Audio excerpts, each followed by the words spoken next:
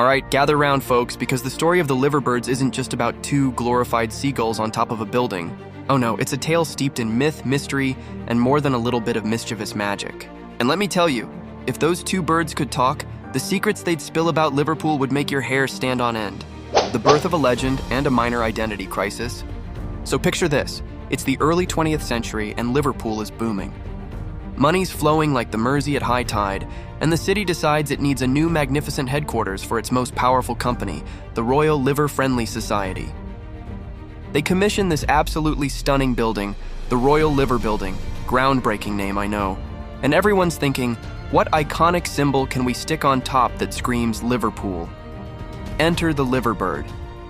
Now this bird has been on the city's coat of arms for centuries. It's supposed to be a mythical cormorant, a kind of seabird, holding a piece of seaweed in its beak.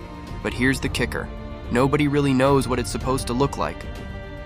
For years, artists just kind of winged it, pun absolutely intended, drawing something that vaguely resembled a bird, sometimes with webbed feet, sometimes with feathers, sometimes looking like it's just swallowed a particularly grumpy fish. So when it came time to sculpt the two massive copper birds for the top of the Royal Liver Building, the sculptor, a chap named Carl Bernhard Bartels, had a bit of a free hand. He created two magnificent, majestic creatures, all gleaming copper and impressive wingspan. He probably thought, nailed it. Two perfect liverbirds ready to gaze out over the city. The great gender debate and a secret love affair. But here's where the story gets really juicy.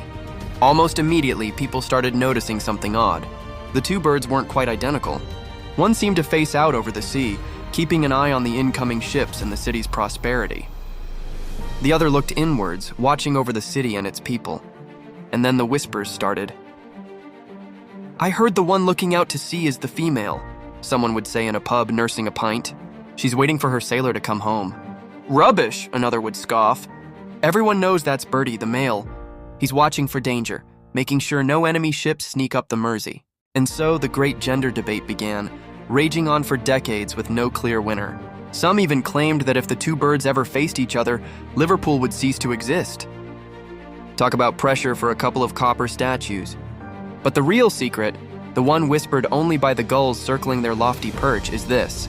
The two liverbirds are actually madly in love.